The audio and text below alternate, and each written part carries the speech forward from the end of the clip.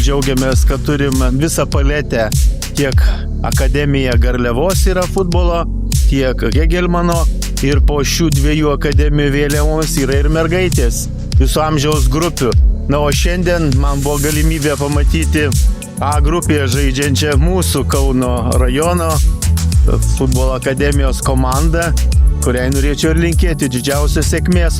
Tarpsezonis moterų futbole buvo tikrai karštas ir įtemptas, tikrai susidūrėm su tais iššūkiais, kad ar turėsim pakankamą kiekį komandų, kurios sutiks varžytis atitinkamo lygio varžybose, kalbu apie moterų A lygą. Esu dėkingas Kauno rajono merui, kuris patikėjo šią idėją, patikėjo, kad Kauno rajone gali būti puikiai funkcionuojanti moterų futbolo komanda, visas klubas, kuris kalba eina apie tai, kad atsiranda futbolo akademija, kuri po savim turės ir mergaičių grupės. Nežinomybė visada yra sunku. Kai rajonas pasakė, kad mus rems ir kad mes būsim Kauno rajono komanda, tikrai labai apsidžiaugiau. Mes irgi nenorime būti komanda vieniem metam, mes norime būti komanda su perspektyva, su ateitim. Jaučiu labai didelę atsakomybę.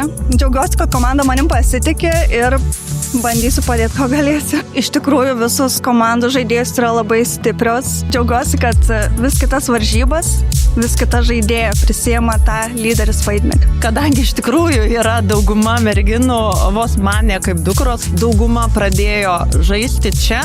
Tikrai labai džiaugiuosi jų ištikimybę, jų meilę futbolui. Manau, kad ir liks jos čia. Labai džiaugiamės, kad Kauno rajonas priglaudė mus po savo sparnu ir suteikė galimybę žaisti lygoje. Savivaldybės vardu noriu patikinti, kad mes visas sporto šakas mylim ir bandom sudaryti visiems kuo geresnės sąlygas. Na, tegul auga sveiki, judrus vaikai, o mokytojams, treneriams norėčiau palinkėti, kad jie atsigręžtų į kaimiškas mokyklas, sudarytų visas sąlygas jiems tobulėti ir žaisti geriausiose Kauno rajono ir Lietuvos komandose. Ačiū Kauno rajono merui ir Edgarui Stankevičiui, prezidentui, ir ypatingai Artūrui Kriukiui, mūsų moterų asociacijos prezidentui. Žmonės, kurie patikėjo mumis, tada ir mum yra žymiai lengviau judėti priekį. Kaip matome, tas sezono startas tikrai yra pakankamai pavykęs. Moterų futbolas yra nenuspėjamas, bet kas su bet ko gali kovoti.